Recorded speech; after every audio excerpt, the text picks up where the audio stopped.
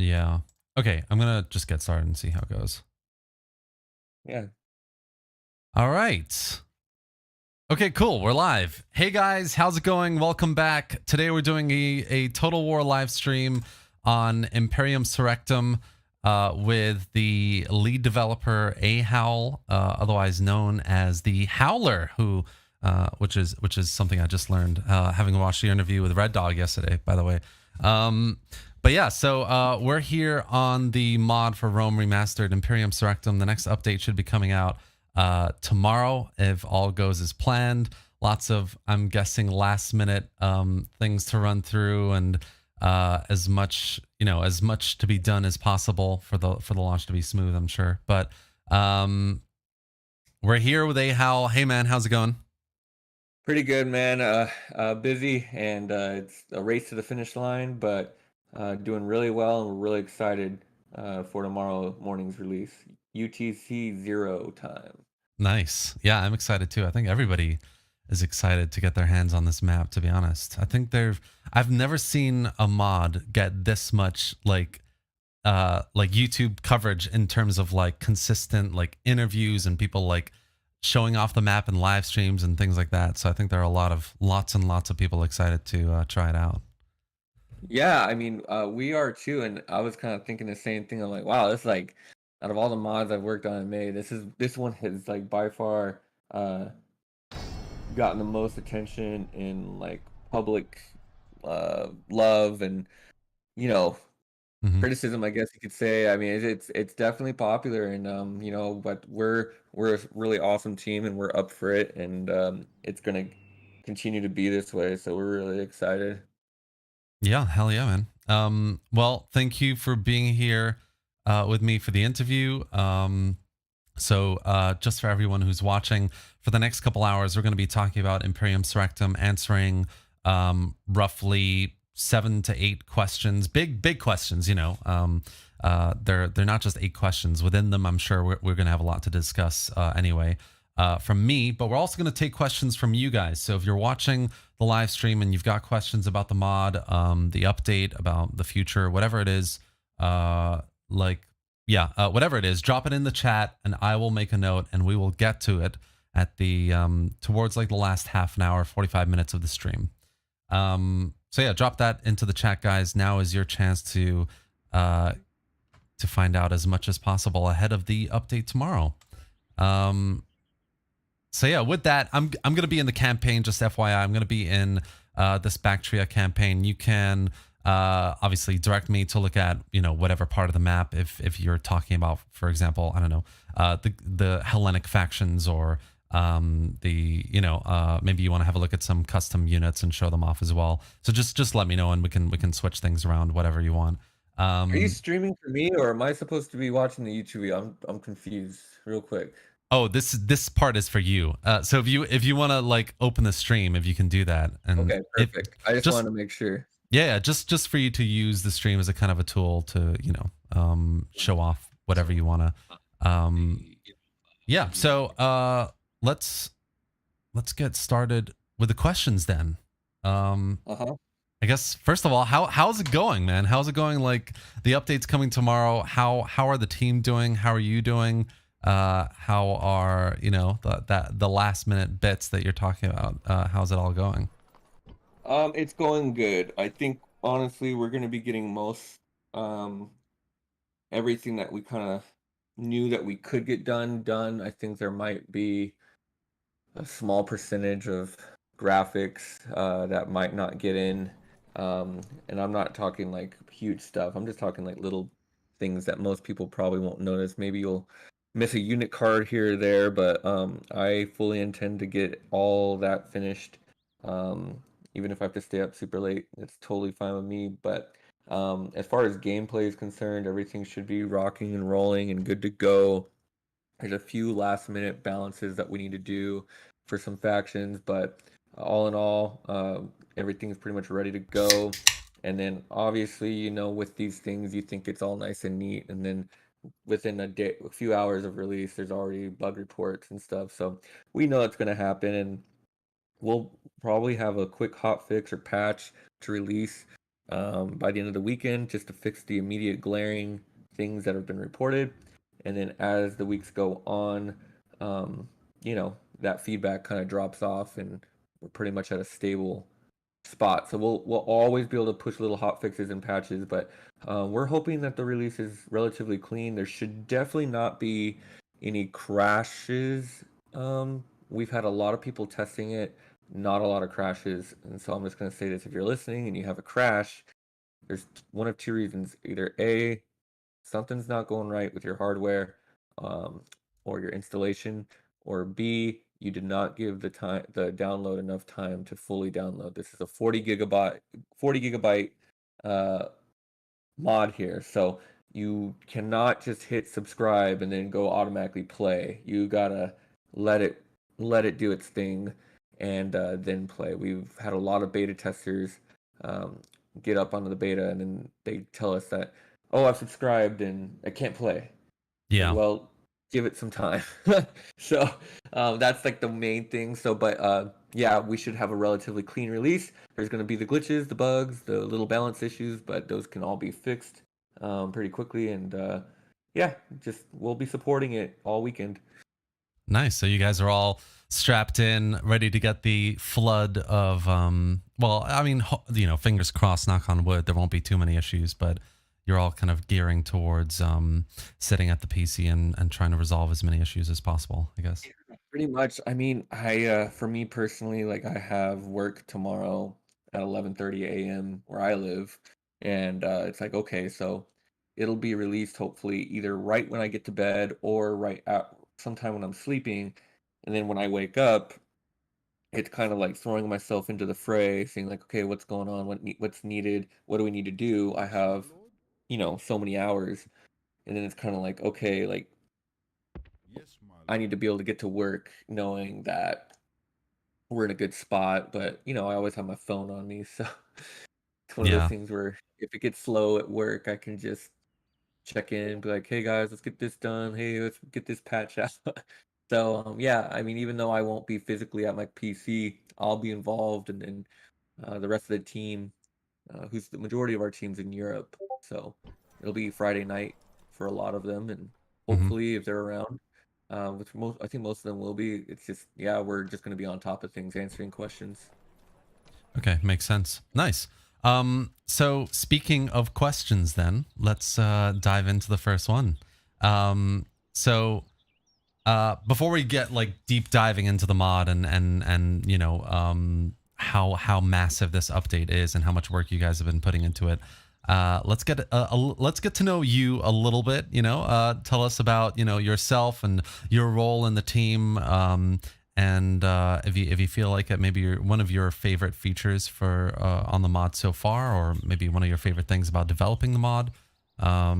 Yeah, so tell us a little bit about yourself and your role here. Yeah, so I'm a Hal 11, Hal Man, Howler. I mean, those two names are recent, Yeah. but they fit. Uh, but anyways, I'm the leader. I'm the founder. I'm responsible for getting everybody together in the first place, getting this thing started, and my role is to kind of trailblaze and pretty much like keep pointing us in the right direction and keep going up, up, up, and push, push, push. Like that's kind of my role. Is kind of like, let's go, let's go. We're gonna Hmm. do this. We're gonna do that. We're not gonna do this. We're gonna do this later. Like kind of just managing the direction of the mod, kind of like steering. I have my foot on the gas and I'm steering the wheel as best I can.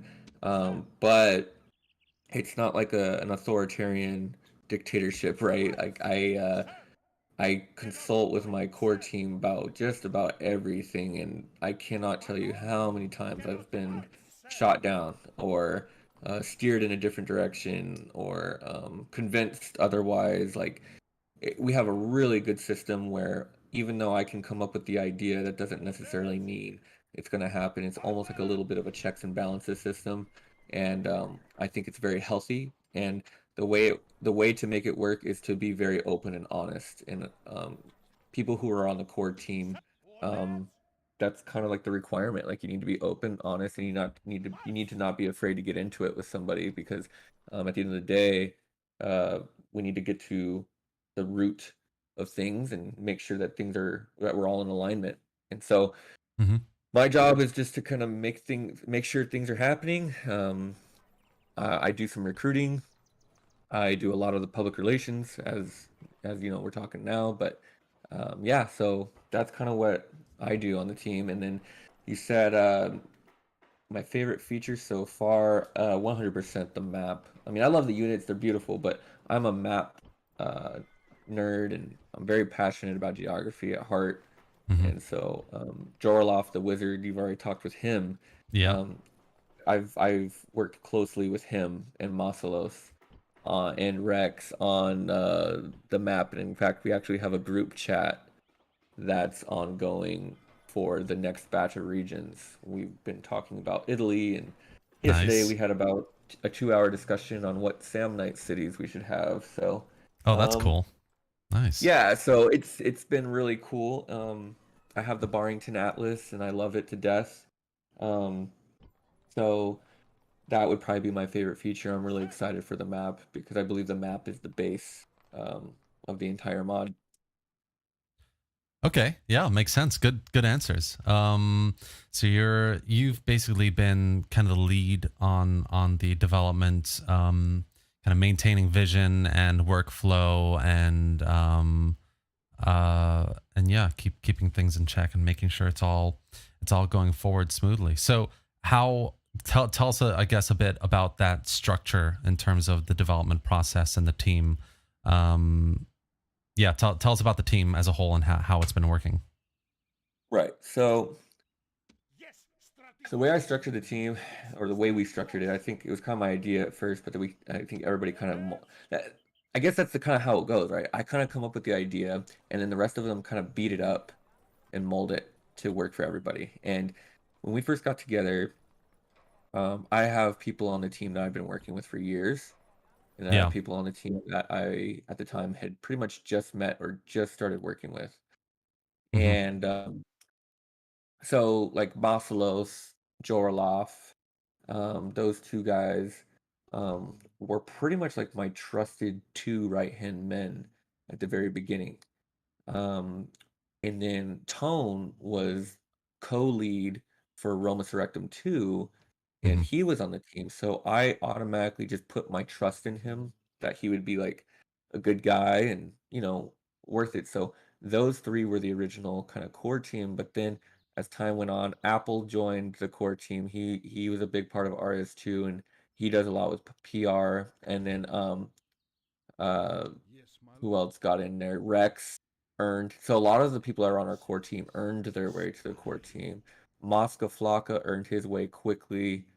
He's a friend of mine from back in the RTR days, and he just got more and more involved, and he wasn't afraid to speak his mind, and I liked that about him. So we got him on, and um, others like Luke, Maritz, Swagger, Rex Basiliscus, and we just added a new guy today, Vic Boss. All right. So pretty Nice. much we have like 10 or 11 of us now, Hmm. and that's our core team, and that's where we kind of like beat things up and beat each other up. And like just like we hash out ideas, and there's so many things that have been shot down, so many great discussions, so many crazy debates, um, but all in all, nobody's quit. And I think it's because everybody feels like they can be heard and they have a voice, and no one person, even though I'm the leader, that doesn't mean I have full say. I can't just force things through. I guess I could if I really wanted to, but that's very disrespectful to everybody else, and it's not a good thing to be. So I've had multiple ideas of mine completely shot down to the point where I'm like really disappointed. But then I get over it, and it's like, okay, this is best for the mod. So that's that, and then you have the developers underneath us. These are the people like maybe they're specific historians like Janava and Raptor, researchers like Jodl who've done an amazing job.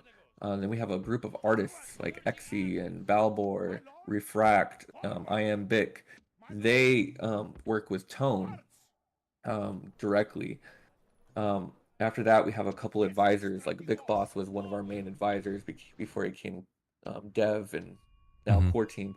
But we have Benjamin and we have Saltire, which he himself is a YouTuber, and then Mm-hmm. Tungri Centurio. So those are a few of those guys, and then after that we have like 100 open beta testers. You being one of them. I mean, it's just kind of like that's just more like an open to the public, and it's funny. So many people have the opportunity to do it, but we don't advertise it. We just kind of put it out there, and I think like just over 100 people have joined. And honestly, that's what we want it to be. It's kind of like, hey, like if you want to invest your time and help us, here it is.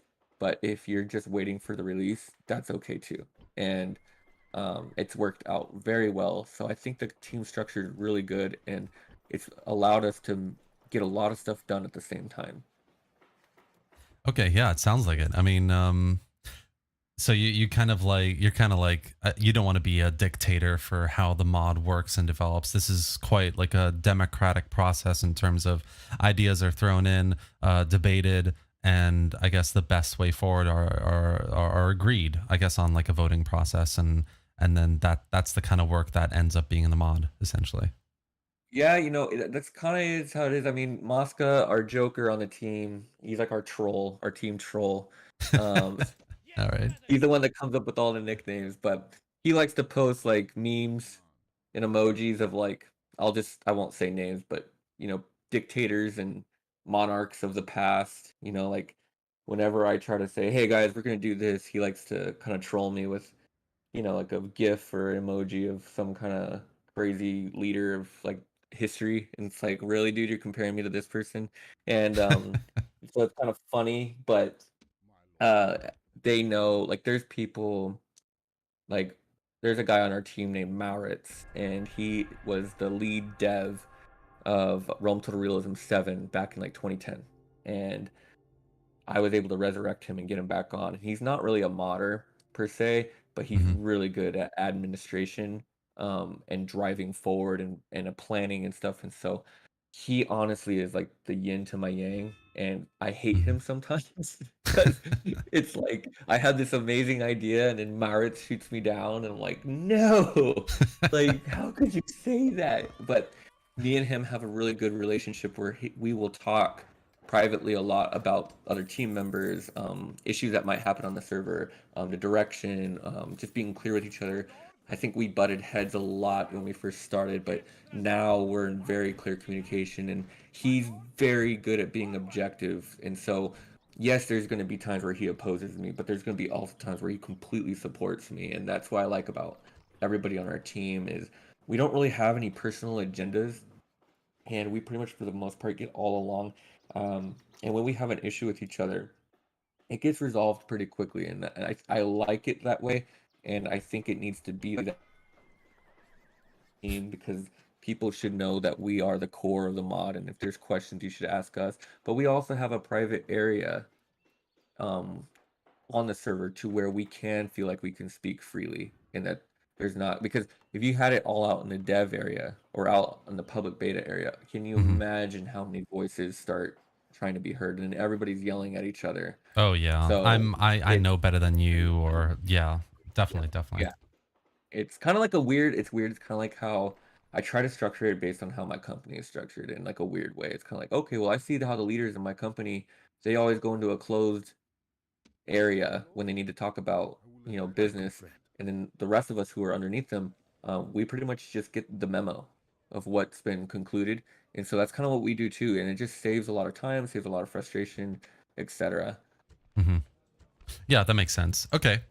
Um, nice. I quite like that I guess like if it works, like it works, right? You know, if it works at your company and you want to try that as a structure, then why not? And it obviously worked if nobody's left. And you know, you've made the mod that is what it is today. Something must be working, right? Yeah, it's Um, very organic. That's what's, I think that's a good word to put it. If you want to tie a bow on that, I just say it's like a very organic team. Okay.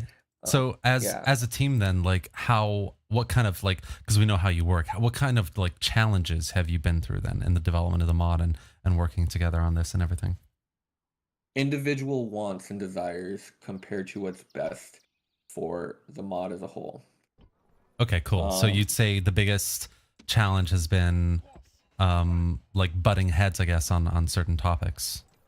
oh yeah, it's so think about it this way. So like, let's just say that we'll just completely forget about what the fact that we have 25 developers and over 100 beta testers, right? Like, and then That's actually and then don't forget about the YouTubers like yourself who are, yeah. chomping at the bit for stuff, and all the people who are fans chomping at the bit for stuff.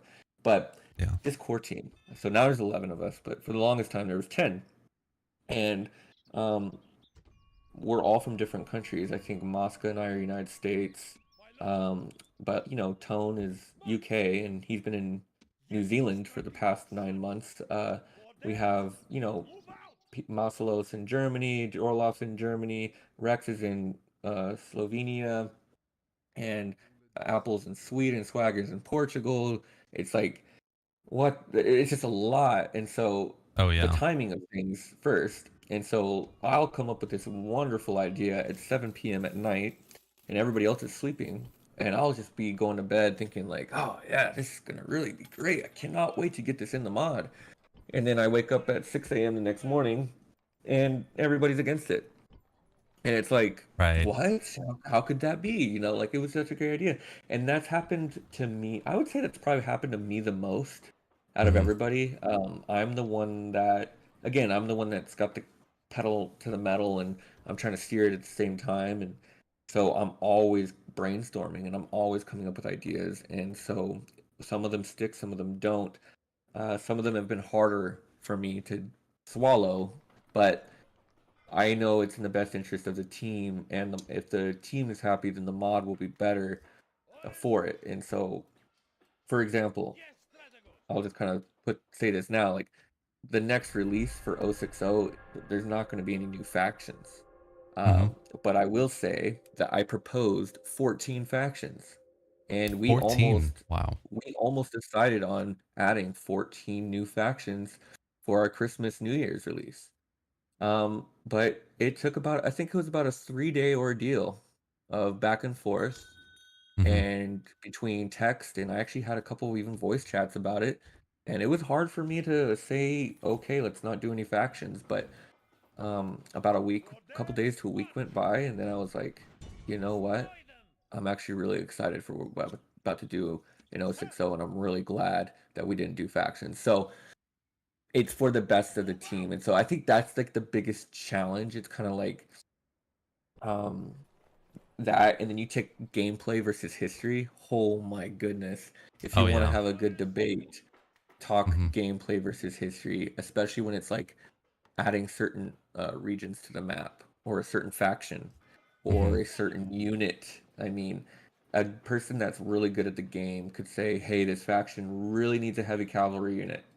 They need it desperately because they're horrible without it. Well, then the historians can all say there's not one single line in any source that says that they ever fielded a heavy cavalry unit. Hmm. And it's kind of like, but they need it. And then it's like, but they never have had it, so they're gonna have to deal with it.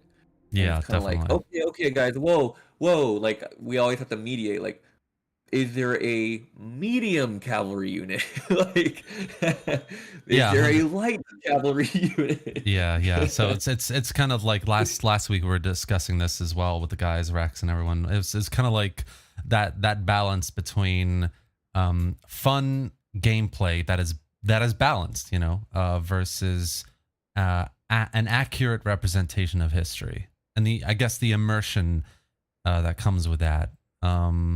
So you're basically describing that fine.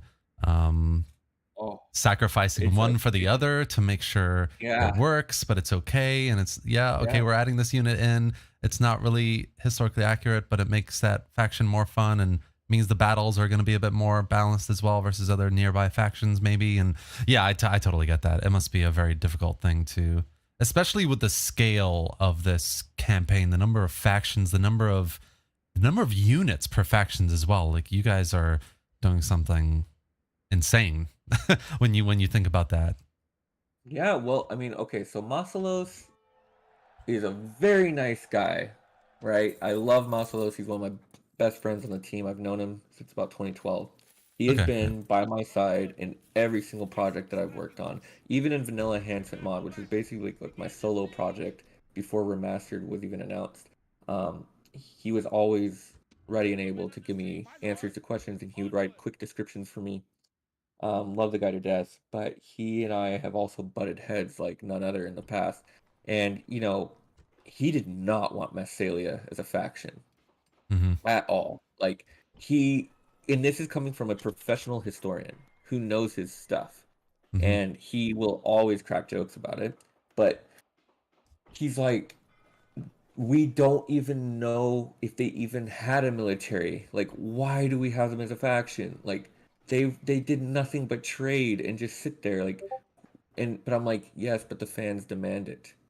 I mean, like Masalos, I'm sorry, dude, but how many requests have we gotten for Massalia? And you know what's hilarious now is now we're getting requests for Emporion to be a faction. And it's like, okay, I think like there's just no way. Like Emporion was literally a trade port at A this most time. generous proposal. Um and it's Right. kind of like I think I get from the fans, it's kind of like, ooh, the Greeks in the west, and there's the Celts and the Iberians, and Mm-hmm. Carthage is in the south, and Rome's in the west, and how are you going to deal with it? From a Yeah. gameplay perspective, it's gold. From a history perspective, it's crap. Yeah. So it's kind of like we either we polish crap with gold paint, or we figure out a way to turn crap into gold. And it's That's a like, really good way of looking at it. yeah, it's kind of like we gotta find the fine line. And it's like another faction just was not happy that we added was the Boeotian League. And that's my fault because I really wanted them in. But Right. for me, it's kind of like we have the Achaean League and the Aetolian League, where there's this other league. How come we're not putting them in? Yeah. So, but luckily he was okay with it because they actually have documented military and political characters and stuff. So it was a little Mm-hmm. bit easier for him. Whereas Massalia has like one character in history that we know of, and I get it. Like it's hard, and then I don't think he mentioned this in your live stream, but him and Maritz and a couple others are totally okay if we just completely wiped Germania and Britannia off the map. Yeah. Um, Mm-hmm. because 270 BC Germania, nobody knows anything about what's going on up there, and it's a very strong argument to just cut the map off at the Alps in Gaul, um, and Mm-hmm. have it be very Mediterranean focused, and then maybe make another mod or campaign later that's like empire focused with the Germans at the border and the Picts and Yeah. everything. But for me, it's kind of like, well, look, Rome Total War made it this way. We're essentially remaking Rome Total War in our image, Mm-hmm. so it's gonna have to stay, and um, they're cool with it, and so I think that's what makes the team great. So it's kind of to tie it all the way back around, like we all want individual things really badly, but we come together and we sacrifice our individual wants and needs at the end of the day for what we know is best for the mod, and it's very hard sometimes. And there are some things that we won't budget on. Um, and those things we just work to compromise to see, okay, so and so doesn't want to go forward if we don't do this. So what can we do to make everybody else okay with this idea? And then we have to have the talk, and then maybe we get from them, and then they say, well, you know what? Look, I'm willing to give up this little bit here, but what I really, really, really want is this bit. As long as we can find a way to get this bit in, and we're like, okay, yeah, we can do that. And at the end of the day, we make it work. So Yeah. it's on it. You build a lot of life skills and a lot of communication skills and conflict management skills by being in these teams. So I definitely think it's a good thing at the end of the day. Yeah. Makes sense. I mean, I think it's admirable, to be honest, that you guys can come to these agreements after, what sounds like respectful debate, for something with this much scale, the amount of research that goes into it, the number of decisions that you guys need to make to say, right, we're going to include this and not that because of this and that, and wait, no, I think actually it should be done. Like yeah, you guys must have a process that, I mean, from what you describe, works to make that happen, which is really cool. Um, Yeah. you kind of touched on it a little bit, but so I wanted to get into a little bit more. There's this balance between obviously historical accuracy and balanced and fun gameplay. Um, and you guys debating and deciding. What about the balance between you guys hearing out what the people who want to play this mod want? You guys hearing out what the fans want out of the mod. Like, oh, we want all of these factions, right? That's not going to happen, but we can do this and that. How has that been as a development process? I'd say it's very subjective and it's very dependent on what it is. I'll use MedJ Fayum as an example. You know him. Yeah, yeah. He put a video out and he's asking for India, Hmm. and I know he wants it. Yeah, Uh, yeah. He definitely does. He would definitely. and a lot of people want it. And you have to think about the entire country or subcontinent of India of people who love ancient history. Hmm. And you have to put yourself in their shoes of, I love this game, but how come my area, which was so rich with history and is important to this era, how come it's not represented, right? You want that. And um, I look at Age of Empires 2, they just came out with that DLC earlier this year with the 3 Indian factions. Yeah, And you look at the comments like for the trailer, and all the people from India are like super pumped up about it because it's like yeah. I India bet. is not just Indians, right? It's like there's multiple cultures in India, and I don't know much about Indian culture and history, and that's all I'll say because I would hate to say something that's wrong. But I do know Hmm. that there's multiple cultures based on geography. It's a pretty big subcontinent. Yeah. However, a lot of us are not Indian experts at all. Hmm. We would probably be okay, but it's just a task that we are conscious of, but we can't necessarily tackle at the moment. And so that's like a bit, and that's like the big one. That's like that big itch, right? It's kind of like and like at the end of the day, I told Red Dog yesterday, we just don't know on that one. And I wanted to get it out of the way earlier today for people that are listening because we get asked a lot. And um, I was talking to Moscow the other day, and I was like, there are benefits and drawbacks. I mean, if you were to add India, you don't just add India, right? You add kind of like Tibet, but you add the rest of the Tarim Basin, which is the home to like where those nomads kind of migrate. It's like the Wei Zi and the Wu Sun. Um, and those are like potential emergent factions. It's kind of like you're really thinking far in the future, trying to weigh out what's good and what's bad. I've already heard from some people on our core team that are adamantly against it, and then I've Yeah. heard from others who are pretty open to it. Hmm. So it's a conversation that has been kind of starting to crack open a little bit, but we haven't fully delved into it. I don't think we are ready mentally or emotionally because we're so tired from this dev cycle to talk about it. So that's like what Yeah. happens like when it's a big, huge thing, right? But Yeah. a lot of small things come up daily. Like today, a non-English speaker came onto our server and was asking if we had the short campaigns that tackle 15 regions and you have to outlive a faction. And I'd never really thought about that. And it's not very hard to code in. And instead of 15 regions, I'm thinking like, well, how about 50 regions? And then you have to outlive like your rival faction. Yeah. That could be a kind of a cool Would that be little then like a campaign. victory condition maybe or something? Yeah. It's pretty much you win the game. Let's say if you're the Yeah. Insubres, you win the game if you outlive the boy and you conquer Italy. Yeah. And it's like I can see many players possibly doing that with our gigantic map, and Hmm. it's not a hard task to code. Right now, it's just a matter of time. But I can definitely see that. So I said, hey, like I might be able to do that. I'll look into it, and I feel like we have the autonomy to say that on certain things. But a lot of the things we just kind of say, hey, thanks, we'll get back to you, or not. A lot of our answers are not at this time, maybe, but not now. And it's like we've had a lot of stuff that have requested, like, yeah, we've thought about it, we've talked about it too, but we're not going to give you the information and tell you that we're excited about it when we don't even know how we're going to do it yet. So Yeah. Yeah. it's a fine balance because you want to make the people happy, but we also know what we want. And a lot of us are Rome Total War veterans. Hmm. Um, we want a hard game. But what we're running into is, well, do we want to make RAS, which has quickly become the mod for Rome Remastered, do we want to make that a niche game for the hardcore vet?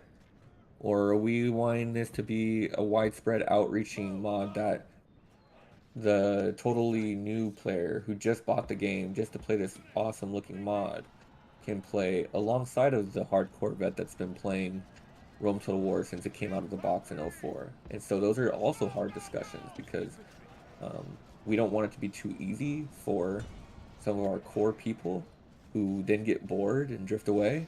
But we also don't want it to be so hard to where like a new person gets it and they're like, oh, this is so impossible. I don't want to play this anymore. So Yeah. it's really hard.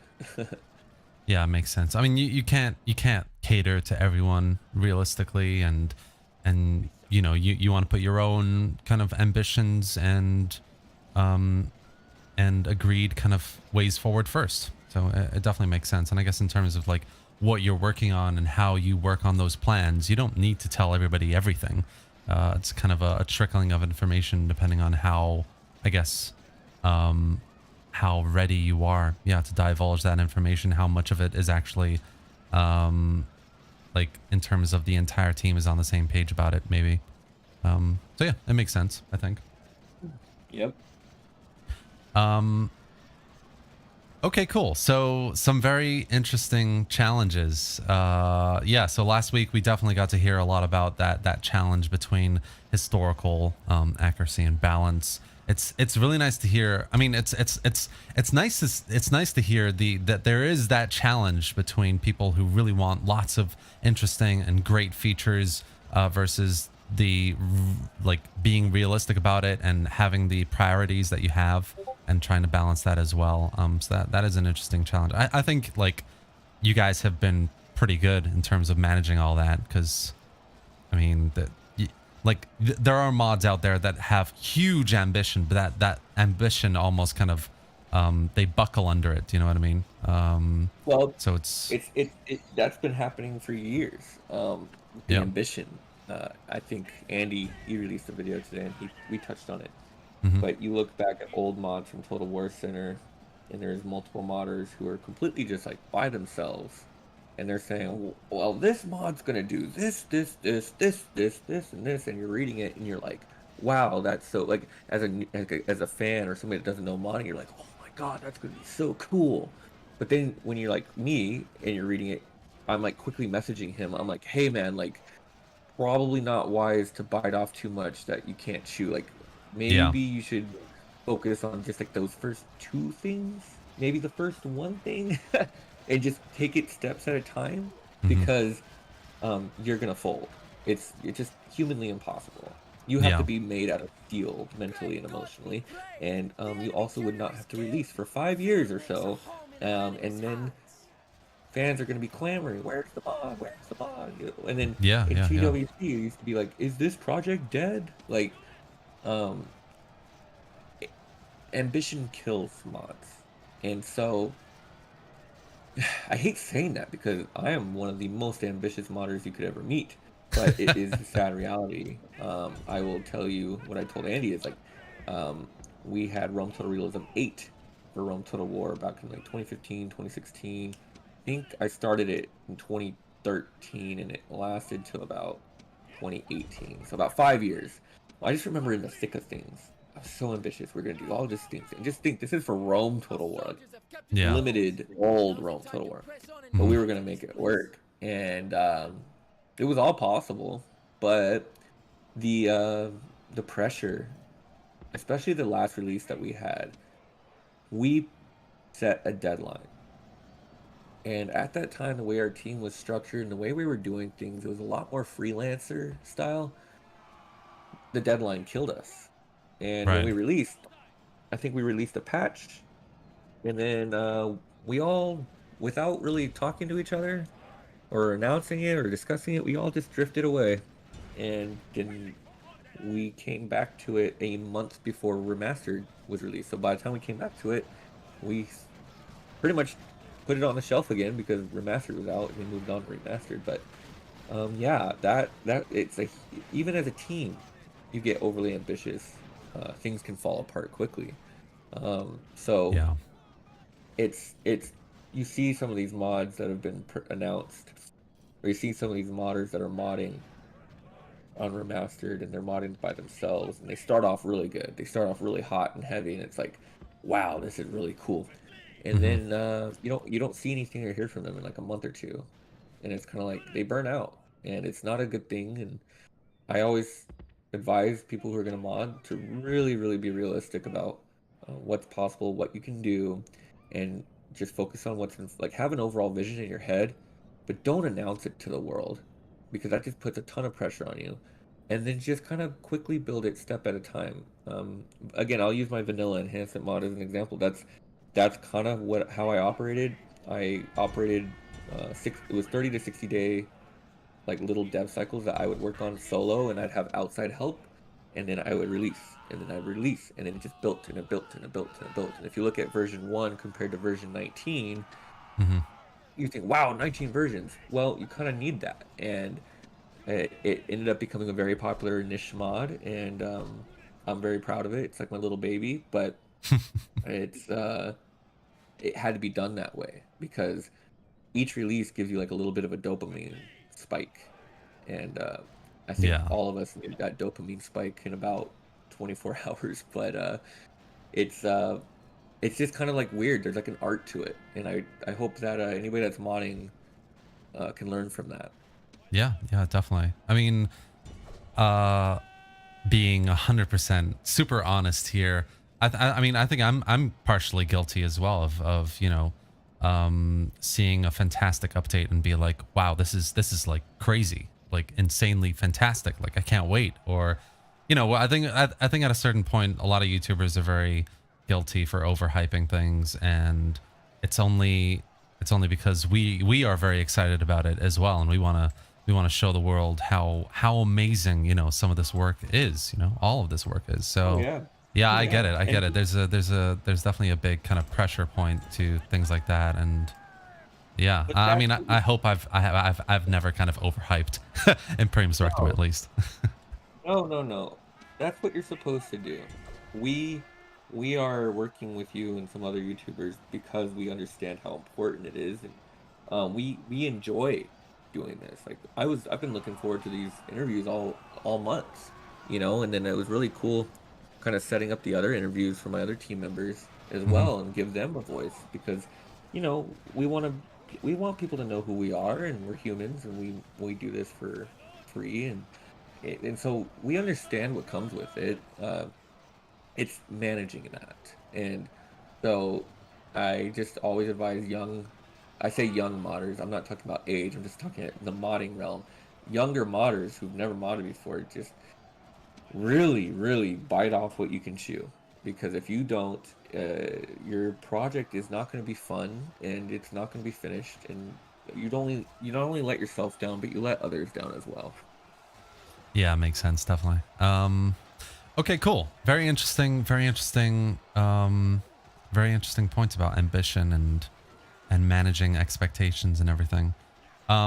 So okay, just slowly moving towards, I guess, the mod itself, the update that's going to be coming out tomorrow, and I guess specifically, why don't we talk a little bit about the massive campaign map? Um, That's good. so tell us a little bit about, yeah, I guess, how did you guys decide to do a map of this size and scale? How has that process been, in terms of actually working on it technically, historical research wise, and all that? Tell us from the start the process of basically of creating this fantastic map. Right. So I know Jorloff and Maslows did a pretty good job of speaking on their end of how it's gone, and their Yeah, involvement in it. So I'll kind of give you the other side of things from like a team lead over like a kind of like a overall like overview perspective when you're trying to manage everything at once. yeah, yeah, definitely. I think Jorloff started working on it in late September, early October, so about a year ago. Hmm. And I remember the first rendition of it, we were just like, "Oh my God, that's so cool!"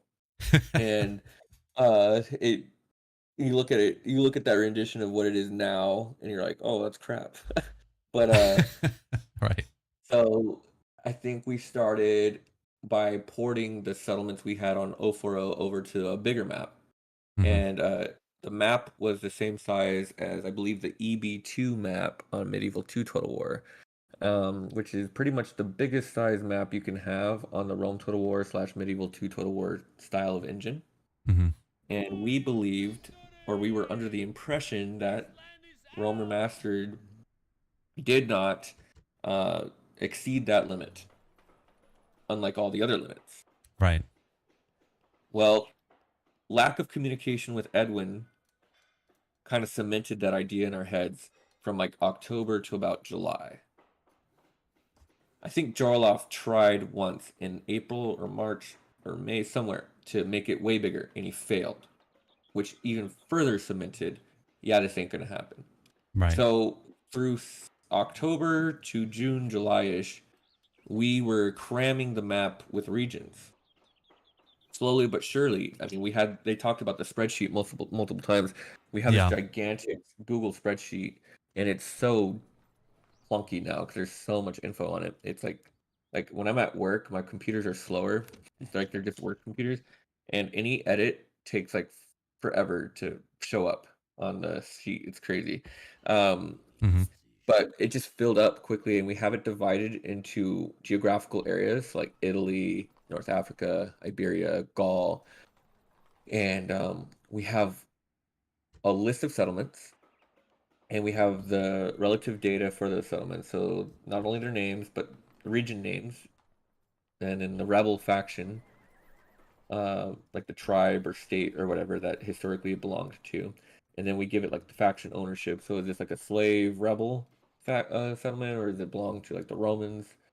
And then from there, Jorloff will code in like the internal stuff that makes it possible. But anyways, uh, Hmm. the ones get colored white that get in, the ones get don't get in get colored red, and then there's comments. Obviously, on these sheets you can comment. So there's comments, and like Mosselos and Rex and Jorloff will put like all these historical comments and stuff, and there'll be like little debates in the comments. So it's really funny, but that's kind of how we did things. And but we got to a point in like May or June. I think we were working on Illyria and Dacia and Thrace at this time, and things were starting to get crowded. And I'm all about representation, and I have the Barrington Atlas and other sources, and me and Jarloff are just we're looking up, and all these cities are just popping up, and we're like, oh my gosh, here's another one. Oh, here's another tribe, and this is their capital. Oh yeah, got to put those in. Oh, it Hmm. looks like this tribe fought the Romans really hard and resisted them for 10 years. Oh, got to get them in. And it's Hmm. like it just added up, and our map was just getting a little too tight, and I was okay with it. I'm like, I don't care, we're gonna push this to the limits. It's okay. But there's a lot of team members that are like, oh, like this is not good, like this is not gonna play well, this looks bad. And so one night, or one day, I was chatting with Edwin from Feral, and he's like, "Hey, you guys should look into making the map bigger." I'm like, "What? It's not possible." And he's like, "Well, I'm not entirely sure that's true." He says, "I think we fixed so many things, and we lifted so many limits. Uh, I'd be surprised if you couldn't make it bigger." So I said, okay, well, if the lead dev of Feral is telling me this, I'm gonna do it. And so I messaged Orloff privately because I didn't want to have a big debate or argument. And he went and made it, and sent me the screenshots, and we were just like, wow. And so That's insane. So you're yeah, saying, let this me was get in this. July, dude. July. Like just like 2 months ago is when this big huge map actually became a reality. So Oh my it's God. been a Wow. rush. So we presented it to the team, and still had negative feedback. We don't have I remember we don't have time. There's no way. This is way too late. You guys are asking for a disaster. Then there's others like said, if you can make it work, go for it. But it's a risk. And then me and Jorloff are like, no, we're gonna make these. Jorloff made these scripts. This is why he's the wizard. he made like these quick scripts and was able to port every single thing on the like the old, we call it the old new map because it's not going to be released. He ported everything that we did on the old new map and just by a script got it all on the big new map, and just like that within like a couple hours, he's putting it out for beta. And everybody else on the team that was like doubting it, they're like, "Oh my gosh, no way! All right, let's go, let's roll with it." So, um, the entire month of August was just like, okay, does it work? Does it work? Intern times didn't change a bit. That was our biggest concern. It's like, with this huge map, the intern times are going to be horrible. Nobody's going to want to play it. Yeah. Nope, did not change. Has no effect on the size of the map. The size of the map does not even hint at changing the intern times.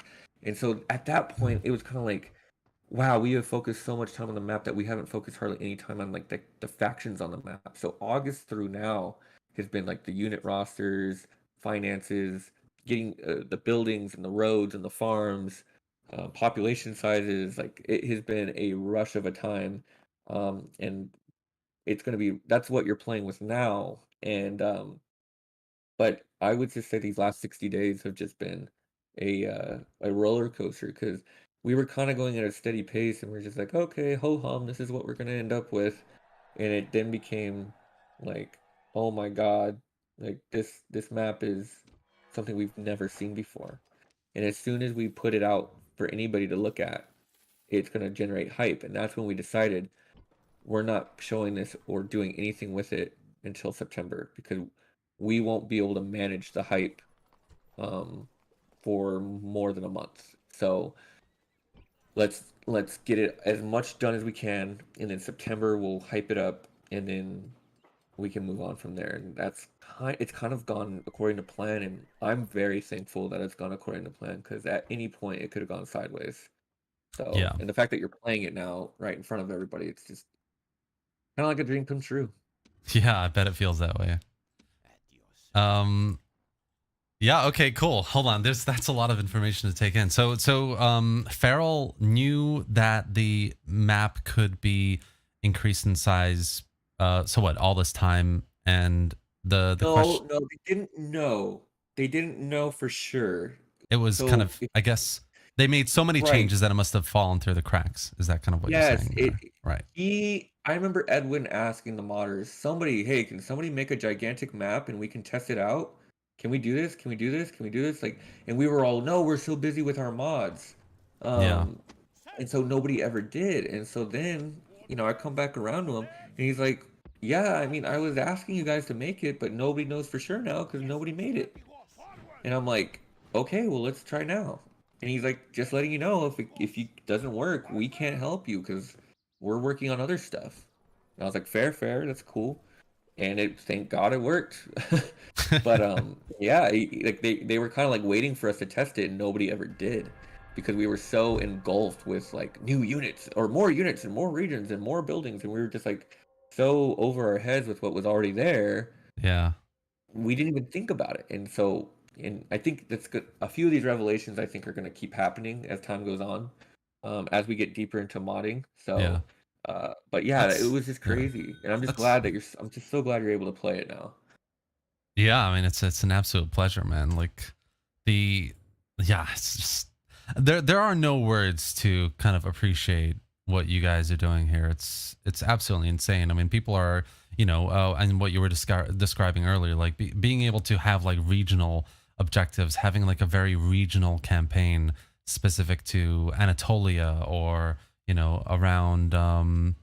around the Italian peninsula or whatever is like there's so much. This is like the way I look at it, you're not just reinventing Rome Total War. This is a very new kind of Total War. Like this is bordering on the Warhammer 3 scale of, you're playing a campaign in, I don't know, this continent, and you can do a short which is essentially what it is there. It's like you do a short victory, which is kind of taking out your immediate enemies there. That kind of like style of regional conquering, challenging your most local enemies and becoming a superpower essentially within 50 to 100 turns is the Hmm. scale that you guys are achieving here. It's kind of like it's yeah, it's a completely new kind of Total War. So it's an amazing Yeah. thing. Yeah.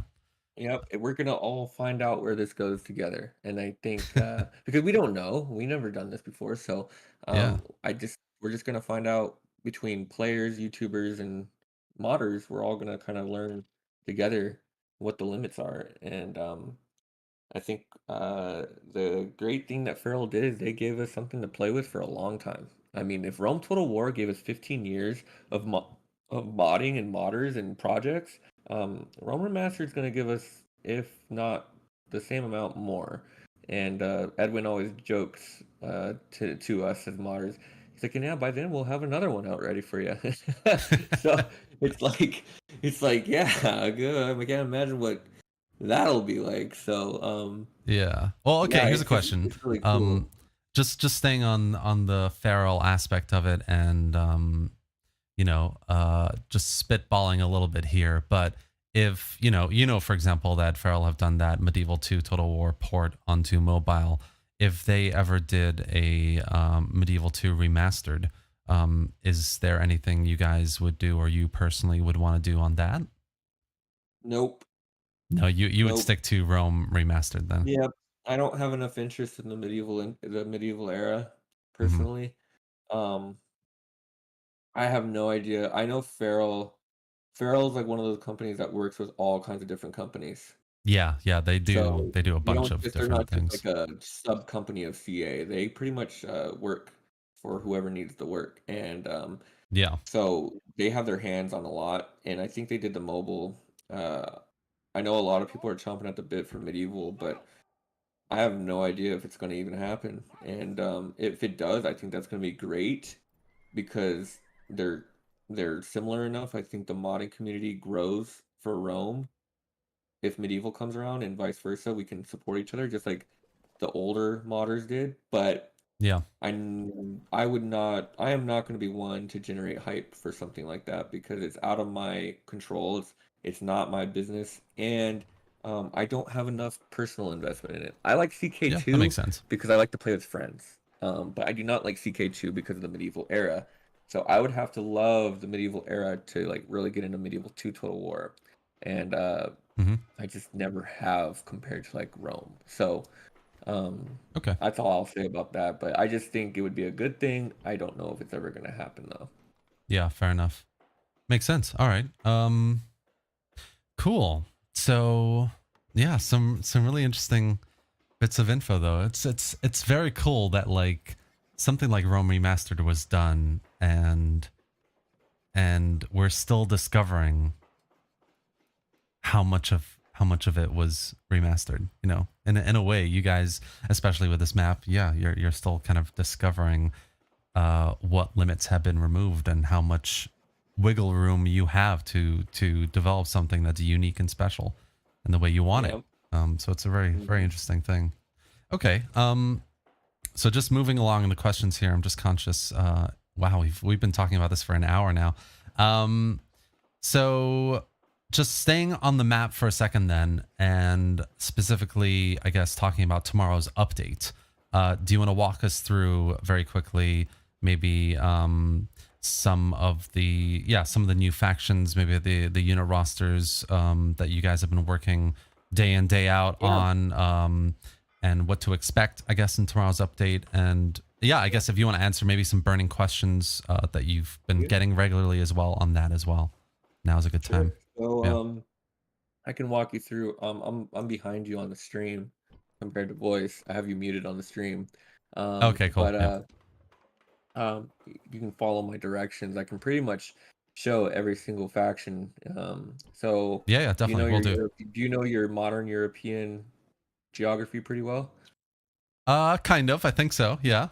Okay, so I can pretty much direct you in that regard. All right, Mm-hmm. so southern Portugal, uh, I guess Lisbon area, Algarve area.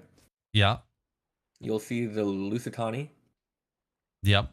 Um. They are a Proto-European slash Celtic Iberian faction. They were known for Variathus's resistance to Rome. Okay. Um, Right. they were a very powerful people. They were kind of a confederation of sorts. They were very closely related and allied to the Celtiberian peoples as well. So that's going to be a new faction. And then in the center of Spain, near I guess where like Madrid is, you have the Aravaci. They're kind of like the light blue. We took Yeah. their colors from the BI Sassanids. Um, Okay. Interesting. Nice. yeah, It's a very nice yeah. blue. So Yeah. we have them. They are like they represent our Celtiberians. They used to be the old brown Celtiberian faction, Mm-hmm. but we wanted, because we're getting more tribal and more specific, we didn't want a quote unquote Celtiberian faction when there was multiple Celtiberian tribes. We went with the best, like the most known one in the Aravaci. Mm-hmm.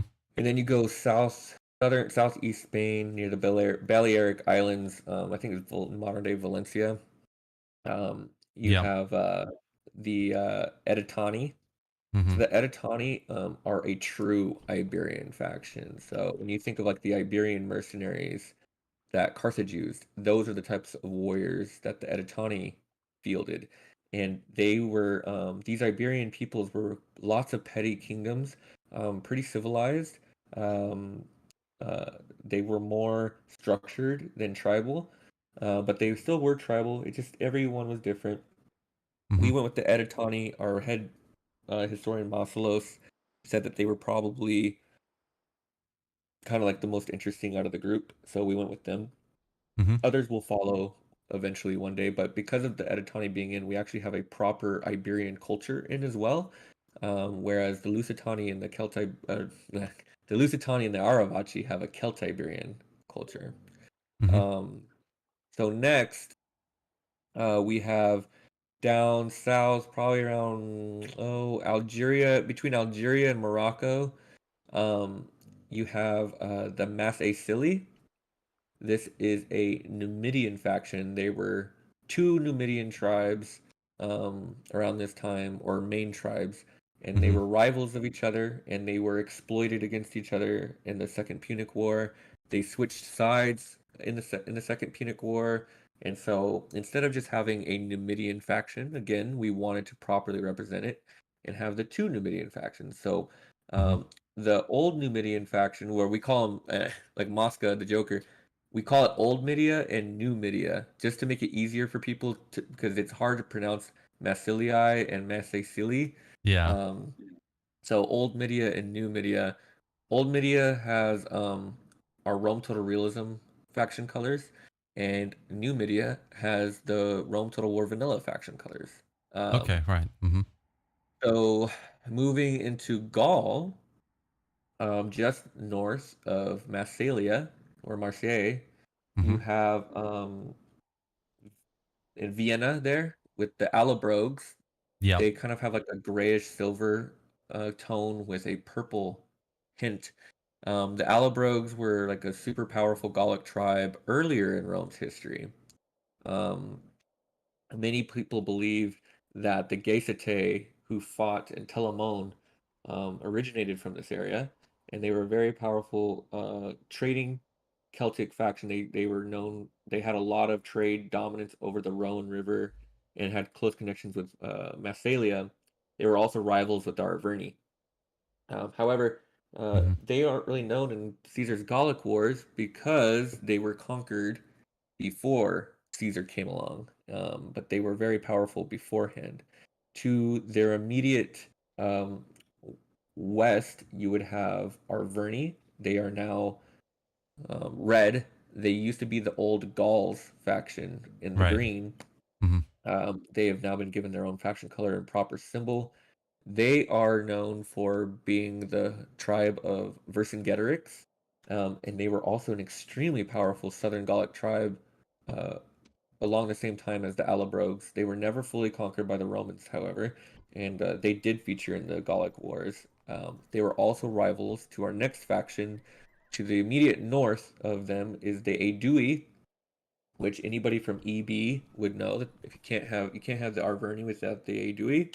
Mm-hmm. The Aedui are what the vanilla Gauls were based on as far as their faction symbol, Yeah. and we have them properly represented now, and their faction color is based off the Brutii from Rome Total War. Um, you go Interesting. even Okay. more north, Hmm. um, you have the Belgae or Belge, however you want to say, where Belgium's named after them, but do not tell Belgians that they are descendants from the Belge. Some say they are, some say they're not. All right. Um, Basically, they were a migratory Celtic faction that have just settled in their homeland, pushing out the tribes that were home there. So those rebel tribes to their west um, are their bitter rivals, and there's a lot of bloodshed spilled between them. And so that's kind of how you start as the Belgae. Hmm. Um, you're a confederation. There's multiple Belgae tribes. We have not represented that yet. You're basically just a Belgae at this point. But Hmm. in the game, you are going to be one of the stronger Celtic factions. Their faction colors are based off the Lombardy colors of BI. Um, I know we had it's a quick name change in Britannia. We had the Iceni. They are now called the Trinovantes. Nothing else has changed other than the name. Okay. Right. Basically, I guess it's a Jorloff wizard thing. We have a verb that describes things that he does. It's called Jorloffing. Um, so Okay. when you go and Jorloff, you pretty much go and tweak and change things, and there's really no apparent reason why you're doing it. So um, that's kind of where the Trinovantes came from. I guess it's a better representation. Anyways, you So can hold now. on. The Trinovantes is it's an accurate faction culture of this period. It's Is a that right there? better Or faction name for the Britannic faction, I rather than guess, Iceni, right? Okay, cool. Yeah, makes sense. rather than Iceni. Yeah. Yeah. So Okay. other than that, nothing else has changed. Okay, cool. Right. Um, you can then go over to uh, Cisalpine or near where modern day Milan is. Yep. You have a teal faction there. They are the Insubres. The Insubres were a very ancient Celtic tribe, and they resisted Rome for many years. Mediolanum or Milan was their capital, Mm-hmm. and they were allies and closely knit with the Boii to their immediate east. Yep. The Boii and Insubres together resisted the Romans, and they are the ones who hired the Geisite to fight the Romans at the Battle of Telamon. Um, Mm-hmm. it took a long time to subdue these two tribes. They also revolted when Hannibal came around, so it was important for us to get them in. The Boii were newcomers to the area compared to the Insubres. And the Romans, after they conquered the area, the Boii continued in existence because their original homeland, if you go north to where Bohemia is also where they start. That is where they're originally from. And then when they got kicked out of Italy, they went back to their homelands. And it wasn't until Burebista of the Dacians came along that the Boii ceased to exist. Um, Mm-hmm. so Bohemia gets their name from the Boii. So that's pretty cool. Oh, interesting. Um, Directly to their west, you have the Green faction. They're the Volcae. The Volcae represent the huge Celtic representation of southern Germania at this time. And this is a faction I'm excited about because not a lot of people know how Celtic Germania was at this time in history. A lot of people just think Germania was Germania always. It's not the case. The Celts dominated the region for many hundreds of years. And the Volcae represent that. This is pretty much where they are from. The Volcae are crazy with their history. They are part of the Galatian invasion of Greece, so the Galatians are tied to them. Tylus is tied to them. The Scordisci are tied to them, and they even settled in the south of France in modern day Toulouse. So they were kind of everywhere, and we wanted to kind of represent them where they originated from. Mm-hmm. And they think they actually eventually resettled the area at the end as well, because Caesar mentions them. Um, Interesting. All right. just north of them, you get into the Germanics. You have the Chatti. They are kind of like a light greenish teal faction. Yep, I see They them. Yep. start they start um, in their homelands. Historically, they migrated just a bit west. There's a rebel settlement there called Madiacum. That's where they were around Caesar Augustus and Tacitus's time. The Chatti are the precursors to what would become the Franks, which would become, France. Oh, So, okay. yep. Mm-hmm. So we have the ancestors of the Franks in. Mm-hmm. You have the Swabi right next to them. They are from the original game. They are the Germanics Mm-hmm. of vanilla. We went with the Swabi for them. They are probably, or they're supposed to be the most powerful. We're still working on that. To the east of them, you have the Lugii. The Lugii were known for a tribe that had warriors that would go to war naked and paint themselves in black. And so that's why we made their faction color so dark. Mm-hmm. They were a confederation of multiple tribes, and they are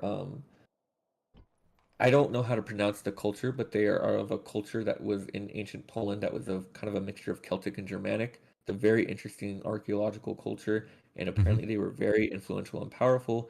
They controlled a lot of the amber trade, and so it was kind of a dead area of the map. We wanted to include them, and then there's a lot of speculation. I'm not sure if it's true or not, but a lot of people say that these are the precursors or the ancestors to the Vandals. So that's always interesting. Yeah, that is interesting. Hmm. Lastly, for the Germanics, you go up to Jutland of North Denmark. You have the Cimbri.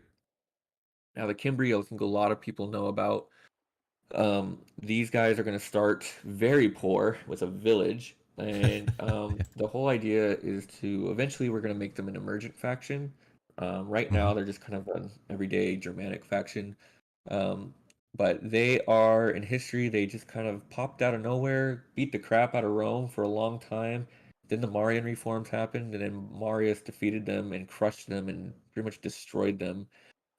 They are mentioned again as being up there, and Mm-hmm. so speculation has it that that's where they originated from, but they are going to be like a mixture of Germanic and Celtic when we finalize their unit rosters. Mm-hmm. Um, you can now go to modern day Serbia, where you will see the Skordiski. The Yep. Skordiski, they are an offshoot of the Galatian invasion, or the Volcae even, Mm-hmm. and they became a very powerful Celtic state that fought against Macedon and Rome. They lasted for a very long time. Um, they're just not talked about because it's kind of Balkan history is very messy, and luckily we have Rex on our team who's from Serbia, lives in Slovenia, and he knows a lot about the history, and he's been able to do a really good job at taking actual history and separating it from any nationalistic Balkan um, stuff that's been put out there. So Right. I've learned a lot about the Skordiski. We're excited for that faction. South of them in the orange, the kind of the pale orange, is an Illyrian faction. They are the RDAI. Mm-hmm. They they introduced a new culture as well, the Illyrian culture, and we actually added new units to them from Rome Total Realism 7. So they'll have their own unit roster, their own culture. They were known as pirates, raiders, and they are the reason why Rome got into Greece in the first place because they kept raiding and destroying Roman trade ships. They had Queen Tuda, and between the Punic Wars, Rome was dealing with the Illyrians in three separate wars. Mm-hmm. They also were heavily involved with Antigonid politics and Epirote politics, so we were very excited to get them in. Mm-hmm. Almost done here. You go to the east, you will run into a green faction in Bulgaria. This is Tylus. Tylus has a very, very short and quick but heavy hitting history. They are another offshoot of the Galatian invasion.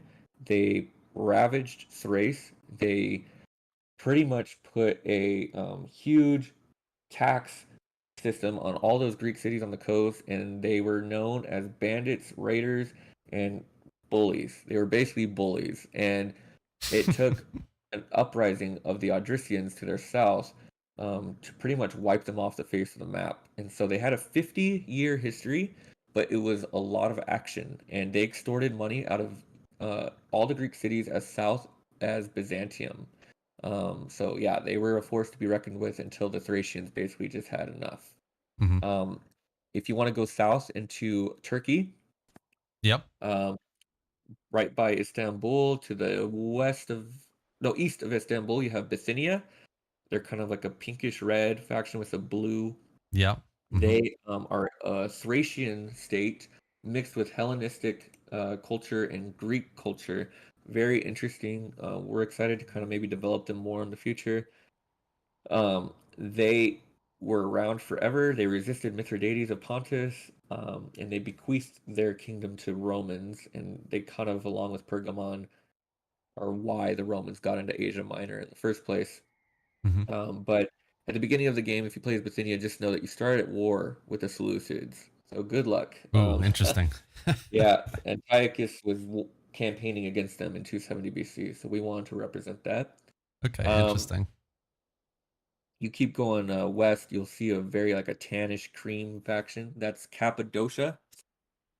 Cappadocia is going to start off extremely similar to Pontus. However, they will not get the crazy reform units like Pontus gets. So Pontus eventually reformed its military multiple times into like a Hellenistic style and then even to like into a imitation legionary Rome style. Cappadocia pretty much stayed to its roots. We don't know a lot about their military. We don't know a lot about its history. We know it existed. We know it was quite powerful, and it was able to survive the Seleucids. We just don't have a lot of written records. But we wanted to include them, um, and they're going to be an interesting faction to play in, to say the least. Kind of like that Eastern vibe in Anatolia.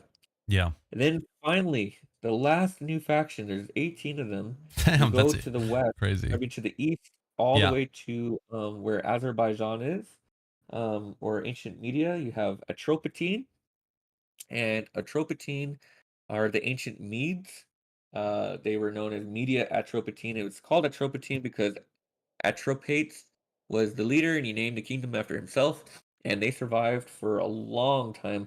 I believe they were taken over by the Parthians or the Sassanids, but Hmm. they stayed independent of the Seleucids somehow. And I believe there's reports of the Seleucids even building forts and stuff along the border to keep them out.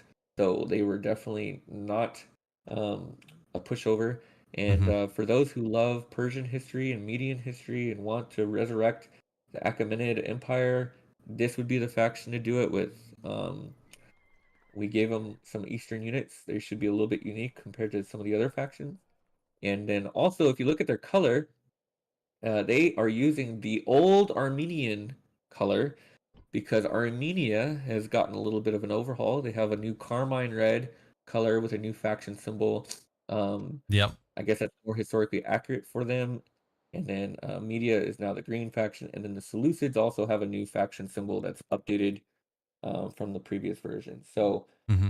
that would be it. That was a lot of work for us to do. When we first proposed those 18 factions, we thought it would be, or I thought it would be, cake. And I was wrong. It was a lot of work to get these in, and I'm just happy we were able to get them all in. And with all these factions, how like I don't know, on average, how many units do each of them kind of unique units come with? Um, one or two Just each, off the maybe. top of you. Okay, yeah. Yeah, one or two each. We did the best we could. Hmm. Um, we only had so many units to kind of work with. I'd say the Germanic factions are probably very similar to each other. Hmm. The Celtic factions are very similar to each other. The Iberian factions are very similar to each other, but um, I think it's fair to say though, like the there's a unit Hellenic, here or there that makes them just different enough. is it fair to say then like the Hellenic factions, Greece, Western Anatolia, they have a bit more of the kind of unit rosters that have been Yep, worked on versus everyone else.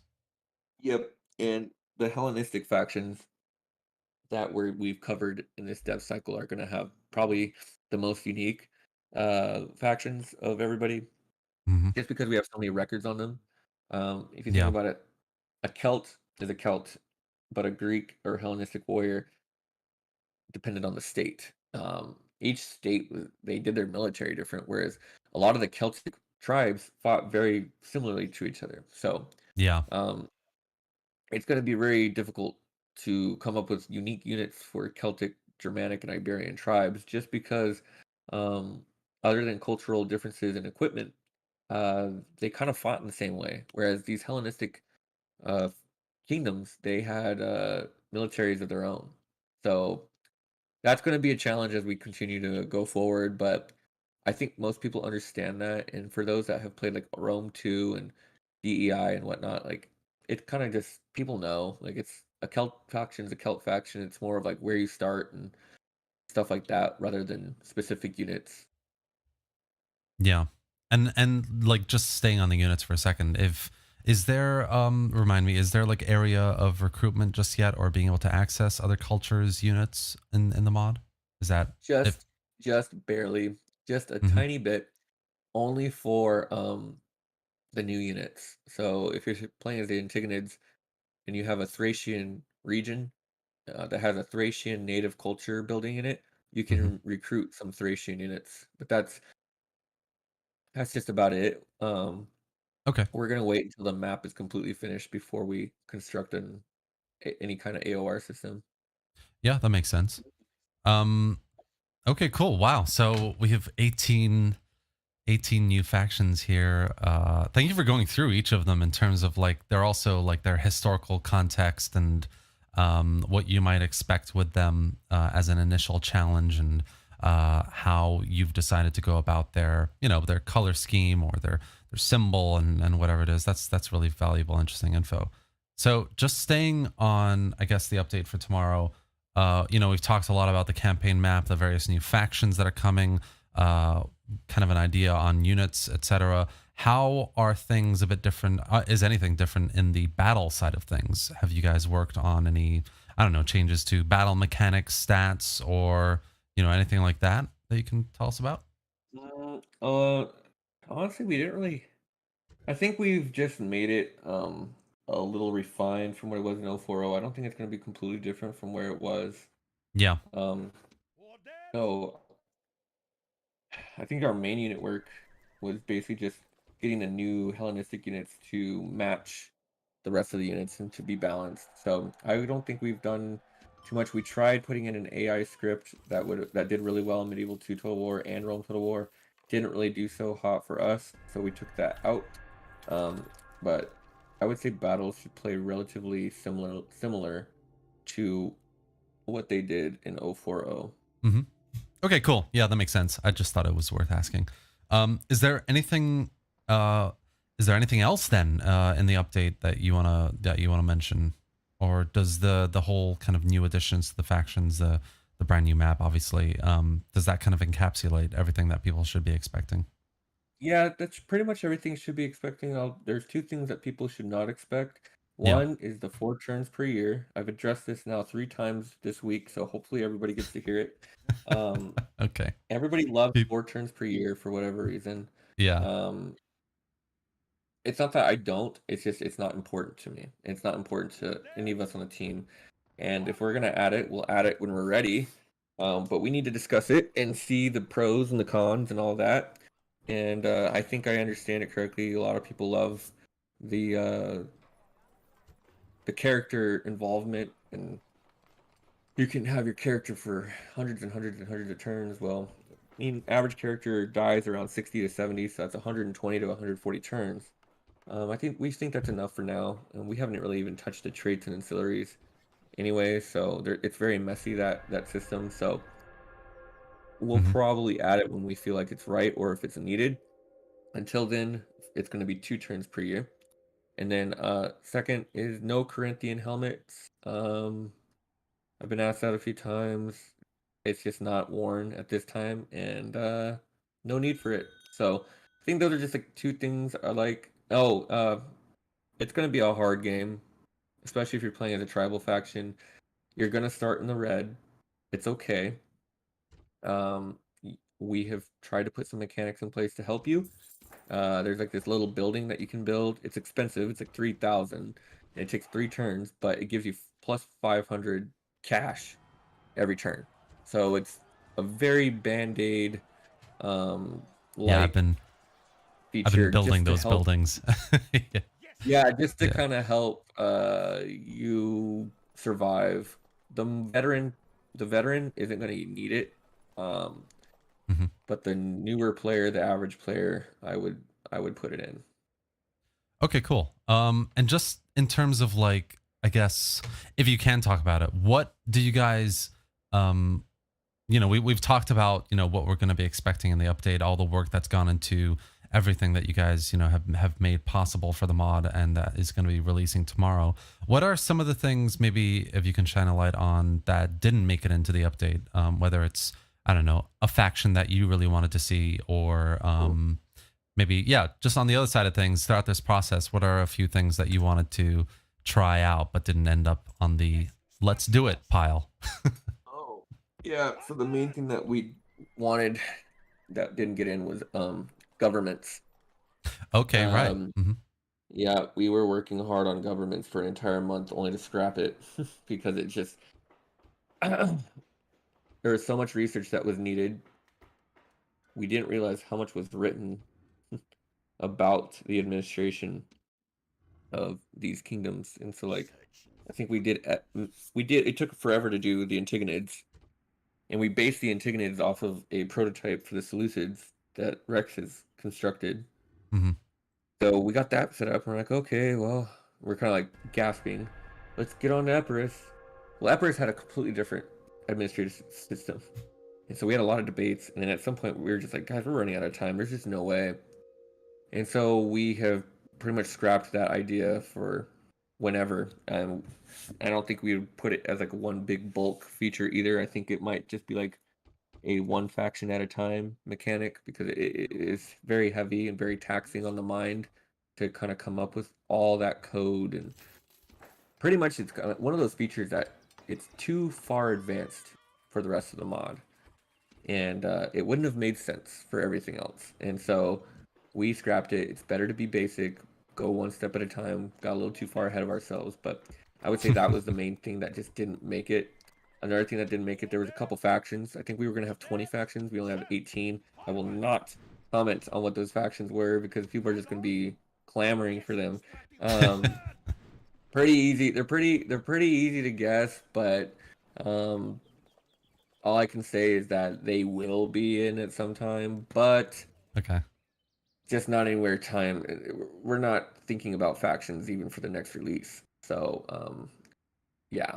But I think other than that, there was a lot of smaller stuff that got scrapped, but for the most part, we accomplished our goals, and that was the big new map, and then all the Hellenistic units, for the most part, were remade, and the new factions and a bunch of the other little stuff that we've got coming in.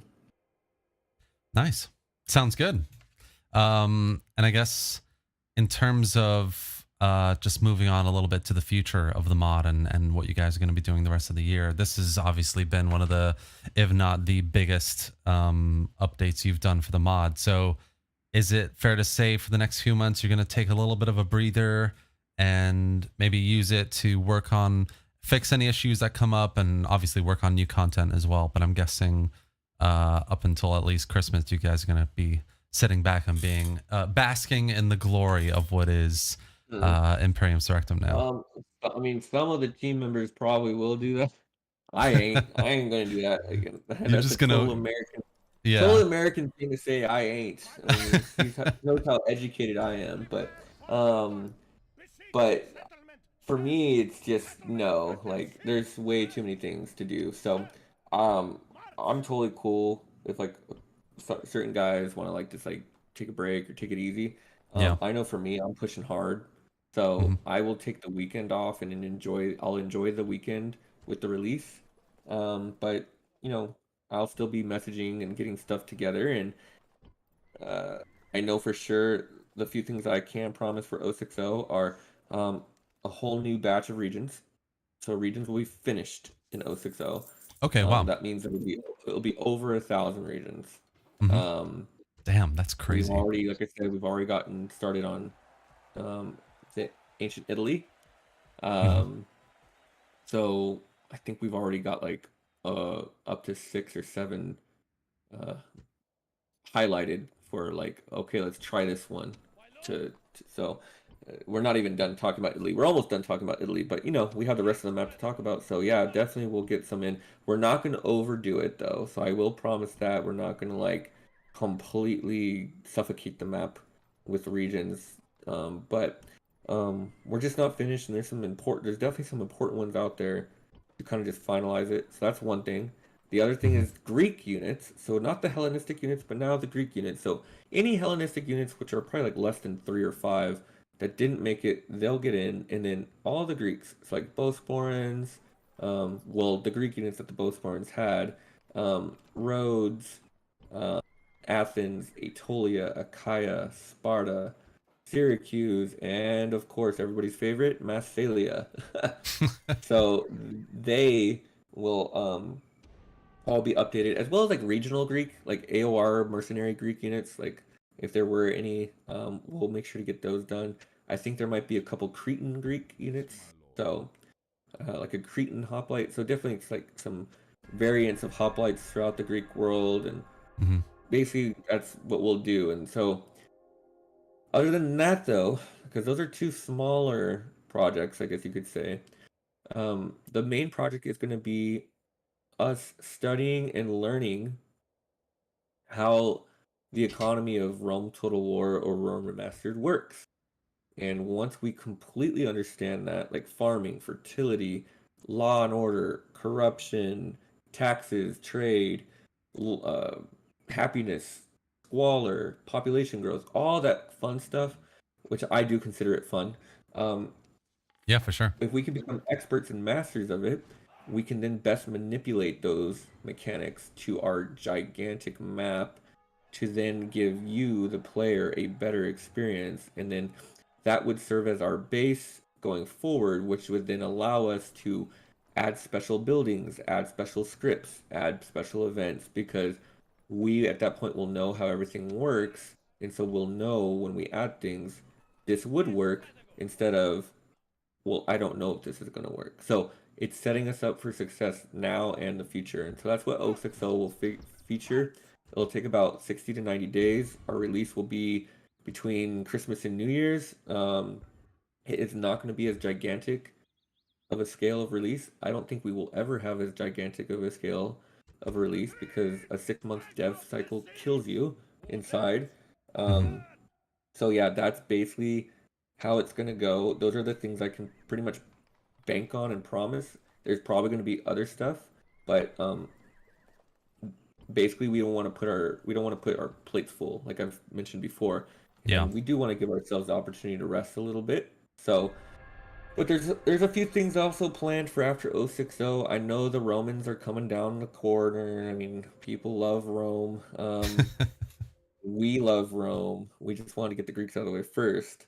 Hmm. So I can say that in the new year, you can expect Roman legions, Roman mechanics, Roman civil wars, um, Nice. Roman Hastati, and those are definitely planned for the next year. I just can't say how or when or the details. Yeah. Exciting. Nice. So essentially what you're saying is, we've got what is, and, with especially zero point 0.6, is going to be a fully finished kind of foundation for Imperium Surrectum, Yes. for which you can start building, I guess, first learning, how to do what comes next. And then Yep. that next part being, making more intricate and engaging mechanics, and adding more and more content to the various factions on the map, and adding more factions eventually as well that you planned that maybe didn't make it this time, and all that Yep. essentially, which is really cool. Consider it like RIS vanilla.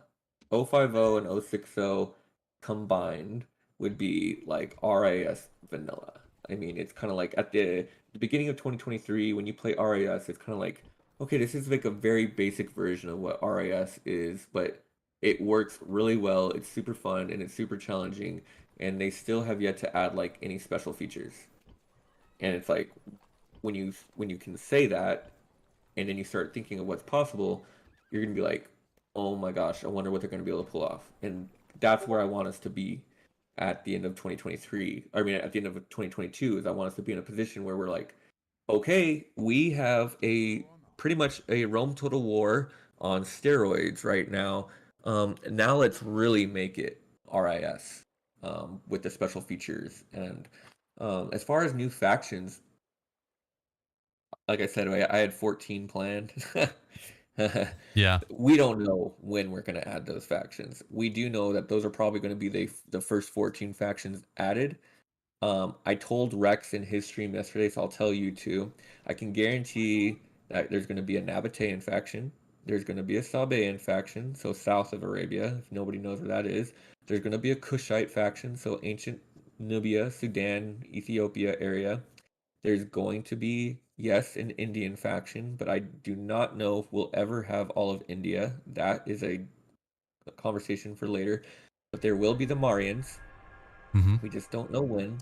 And I can guarantee you those four factions. The other 10, I won't say a word on, but I know those four are going to be factions one day. So I just can't tell you when because I don't even know when myself. Yeah, fair enough. Sounds good. I mean, priorities wise, you guys already have a lot on your plate before you get to, I guess, that stage. So that makes sense. Yeah.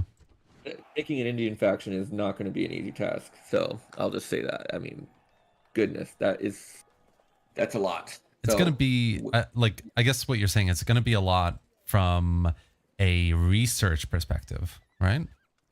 oh yeah, exactly. I know of a man out there who could be a big help to us, and I don't know how interested he would be in helping, but I know even from an outside help, maybe he wouldn't be. He probably would never be part of the team, but just his knowledge, if we could pick his brain, he would help us a lot. And there's hopefully other people out there who maybe they specialize in ancient Indian history or the Mayans or whatever. I mean, they're more than welcome to join the team.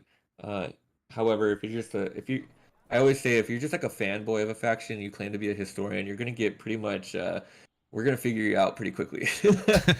We've had some quote unquote historians join the team who are pretty much just glorified fanboys and um, kind of like Sparta 300. I'm a historian. No, you're not. Like you can leave. That's hilarious. So, Wow. yeah, it was like at the very beginning. We had this Spartan expert, and he was advocating for things where Masalos and some of the other guys were just like, "What the heck?" So yeah, Wow. we do our due process with that. But no, definitely, if you have Marian or ancient Indian, especially like the western part of India studies, I mean, we would love to have somebody like that on our team, just because it takes the burden off the rest of us. Hmm. And Kush too. Goodness, we need an expert on that area. We need an expert on Arabia. That's partly why we haven't gotten these factions in, because what the heck? I mean, who Rex is focusing on the Seleucids and other Hellenistics. Mausoleus is focusing on the Greeks, the Iberians. He has to focus on Carthage and Rome. Jorlov focuses on the map and everything else, and so it's kind of like, I mean, luckily we have Raptor for the Germanics and we have Genava for the Celts, but we don't have a Thracian or Dacian expert. Well, we kind of do. He's just joined. He's helpful, but just I mean, up until this point, that's been a research by committee, and we don't have a nomadic expert. So we don't have anybody on the Scythians or the Saka or the Parthians to really help. Luckily, we have Jorlof and Gudea around for Armenia and Cappadocia and stuff like that. Hmm. But even with their knowledge, when we ask them questions, it's kind of like, well, we just don't know. There's no records. And so that's the other thing. It's like, if there's no records about some of these factions already in the game, how are we supposed to find a bunch of stuff on Sabea? And it's like, you look Yeah. up Sabea on Wikipedia, you get a decent article, but it's kind of like very generic. And so, Yeah. that's the challenge. And so if anybody's out there kind of wondering why it's not happened yet, that's partially the reason. Well, okay, so just staying on the concept of helping out the mod, helping develop, etc. Because one of the questions I got in the chat actually was about this: what can I do to help develop the mod? Um, is there? Yeah, so you've just mentioned kind of like you're looking for people who can help the historical research side on those kind of factions that you don't know a lot about right now, that you don't have experts within the team or who advise you on maybe. Specifically, you said, the Kushite factions, Indian factions, people like that. Is there anything else that you would need help on? Maybe you want to tell the viewers here as well. Yeah, so we are always in need of artistic help. Tone has done an amazing job of getting processes set up to make unit models, unit assembly, so putting the models together, and then textures. So having others to join would be a real help. We have all the processes in place. You just have to download some software and kind of follow the tutorials and then ask some questions and then just be dedicated and committed. We've had people join who are all fired up to help, and then they don't do anything. And you go to message them, "Hey man, are you able to help?" Nobody responds. It's like, why did you join? Um, Yeah. so there's those, but then we've had people who have never done art in their life, and they are cranking out textures today, and they're great. So it's basically yes, skills are welcome, great, that's awesome. But one thing I look for anybody that joins our team is commitment. Commitment, dedication, willing to actually get in there and do the work. Because modding's a hobby, it's a passion, but it's also work. And if you don't enjoy it, and you're not gonna enjoy it, then probably best to just beta test and enjoy the game for what it is. But if you like to get in and you want to help and you feel like you can really contribute and you have a consistency about you, we would love to have you. So that's basically because everybody that's on the team that does what they do, we're all consistent and we're all dedicated and we're all very passionate about that. And anybody that joins the team would have to at least match that. Yeah. Makes sense. Okay, cool. So just on the questions for a second then, because I've got a few other questions from the chat as well. So this one's from Praetorian199. He's the one who just asked as well, the how can I help develop the mod?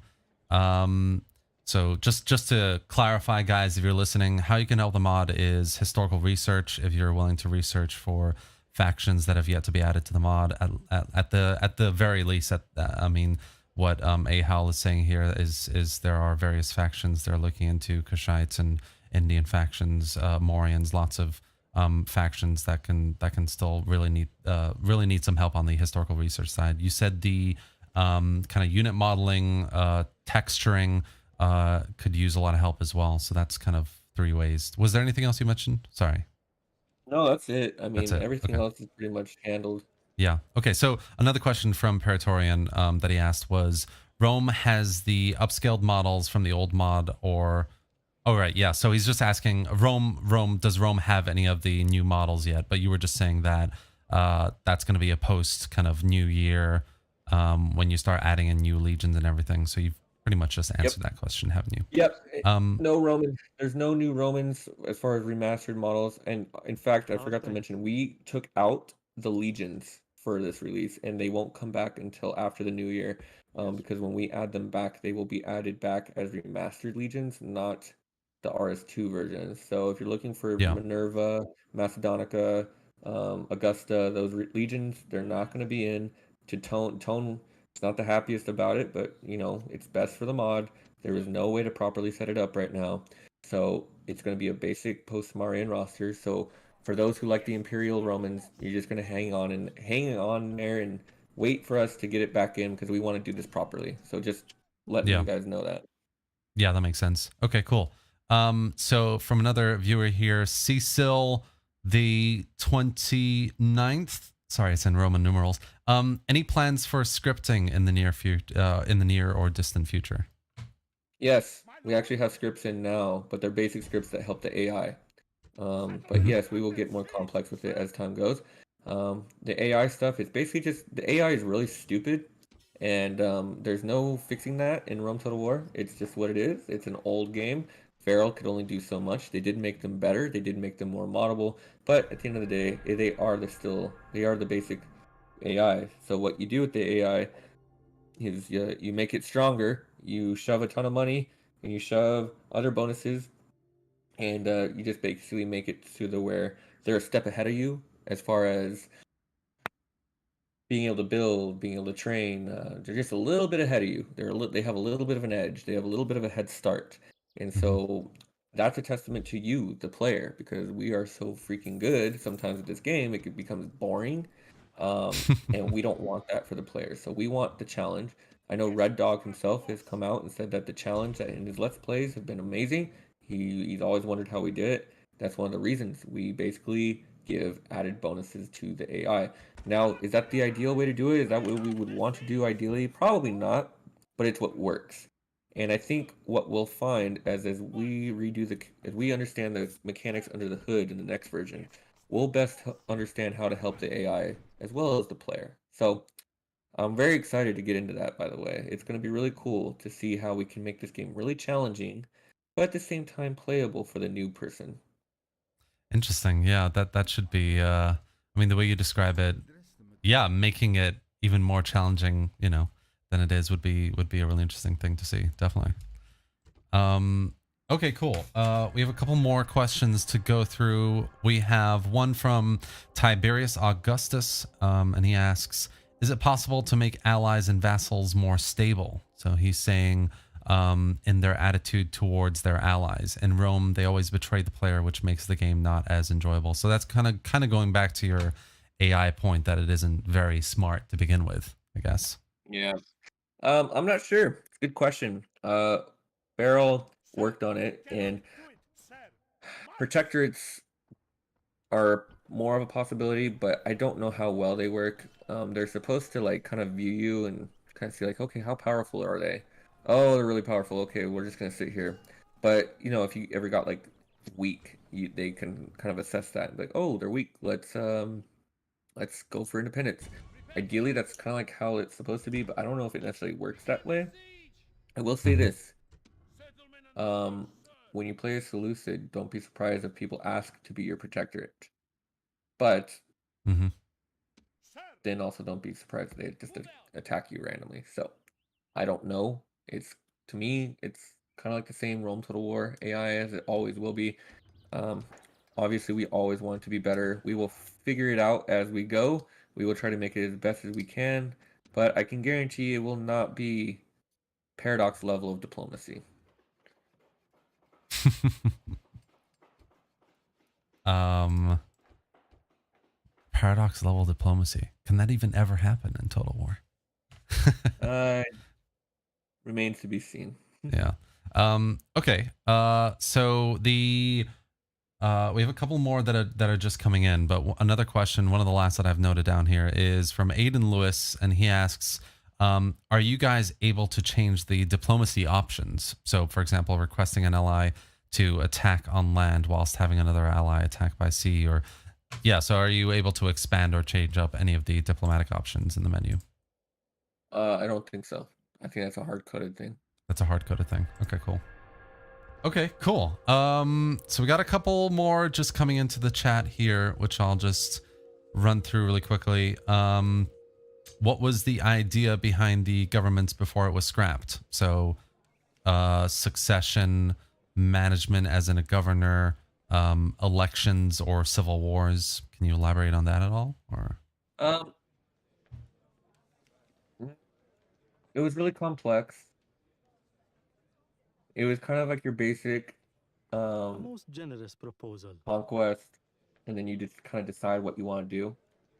But I'll let that be thought about without spoiling it, because I'm not sure how we're gonna do it in the end, and I wouldn't want to spoil it, and I wouldn't want to say something that's not gonna be happening. So yeah, it's fair enough. basically you would conquer a region and you would have decisions that you'd have to make, and based on the decision would be based on how the city is run. But for where we were in the development, a lot of the ideas we just didn't have, like I said before, we didn't have the base that the ideas needed to run properly. So Mm-hmm. some of the decisions or buildings or routes that you could take were just very empty and blah. And so it just wasn't worth the effort.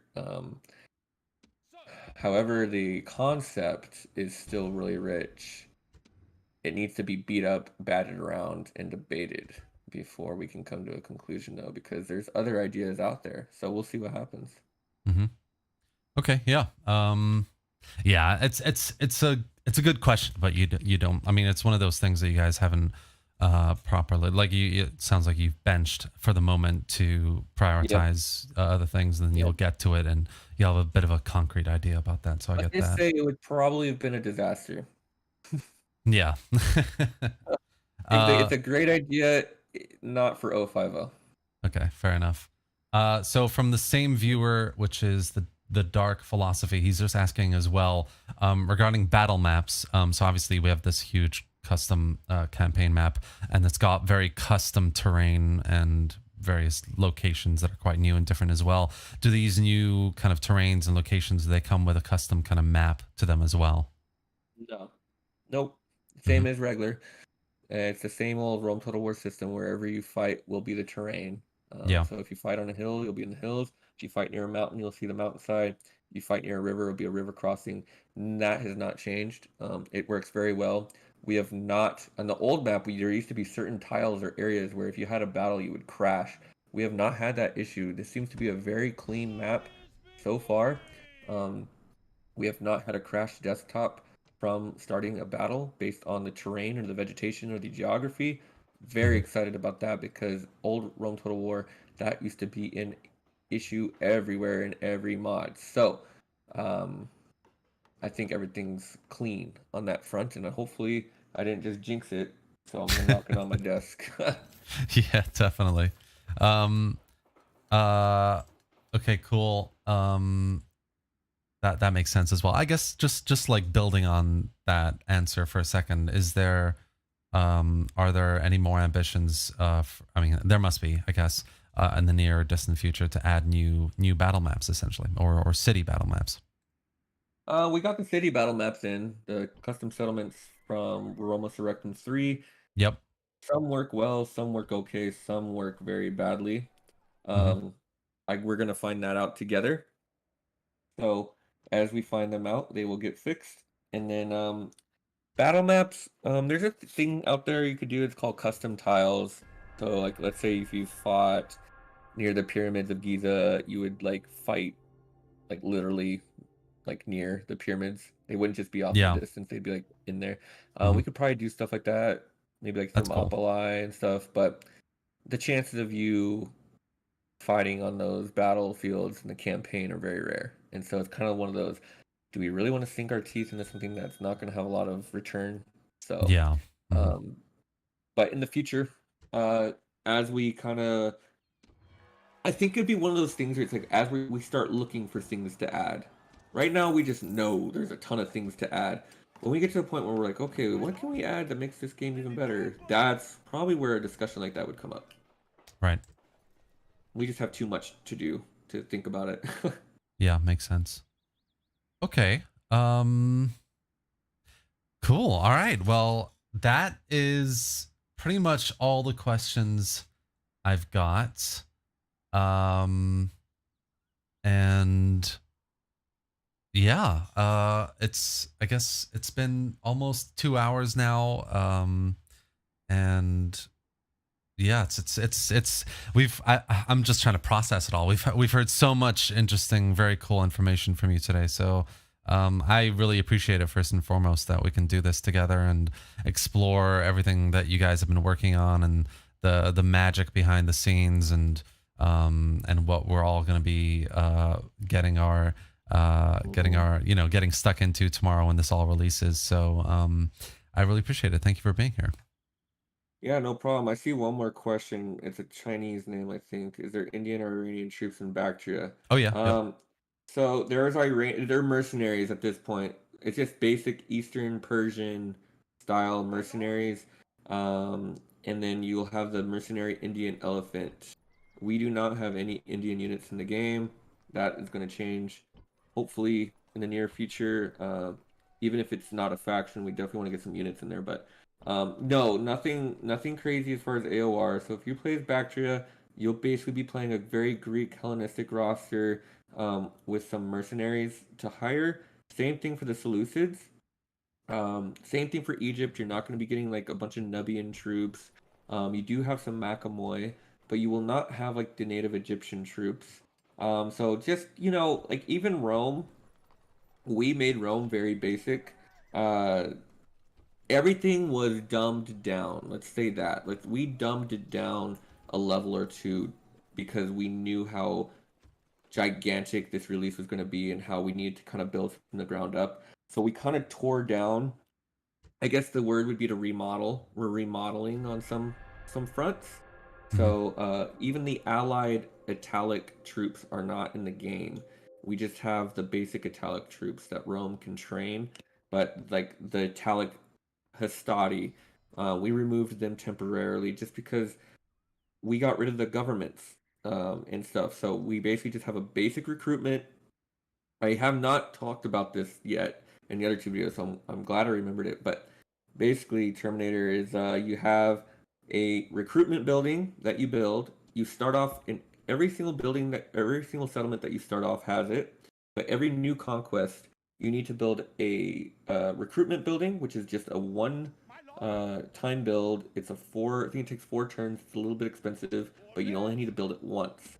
From there, you only need to build your basic military buildings like you do in vanilla, and then you have your colony or your culture.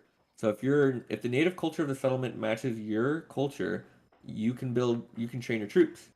Mhm. If you're say Bactria and you take an Indian province or an Iranian province, Mhm. you have to build your Bactrian colonies to train your troops. So if you have a barracks or stables and a range, but you don't have a Bactrian colony, you're not going to be able to build your troops. On the vice versa, on the other hand, should say, if you have a fully upgraded Bactrian colony, but you do not have any barracks, stables, or ranges, you will also not be able to recruit troops. So those 4 buildings coincide with each other. You need your vanilla buildings to recruit like normal, but there's an added wrinkle. You need your proper cultural building to recruit your units.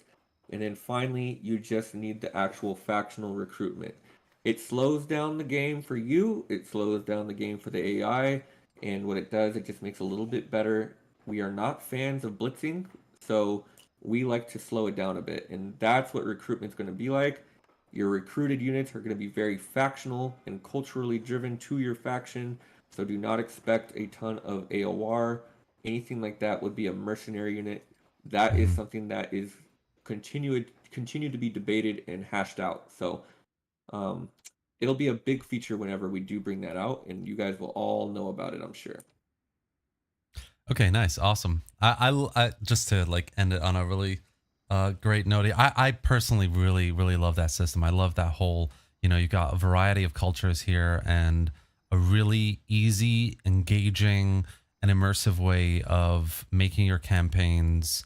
Um, yeah, just that way is essentially using that culture mechanic and getting the player to adapt the people that he's conquered to his culture, which is it's just a really cool thing. It's a really cool way of looking Yep. at it. And just remember, we are we are kind of trying out this little AOR system. So if you want to check it out, actually you check it out when you play your Let's Play. But the Hmm. Antagonids, you start off with 2 Thracian settlements, and um, I think it's Heraclea Syntyche, and it starts with an S, but they're in the same vicinity. There's Thracian settlements, and you can build your Thracian infantry and Thracian cavalry in there. Um, that's kind of a little experiment for AOR, and it might be expanded further as we go along the road. We don't know, but it was a quick way for me to allow the Antagonids to have some Thracian troops to recruit. We'll kind of see how that works out for them, and if it works well, you could expand it. Oh, there it are.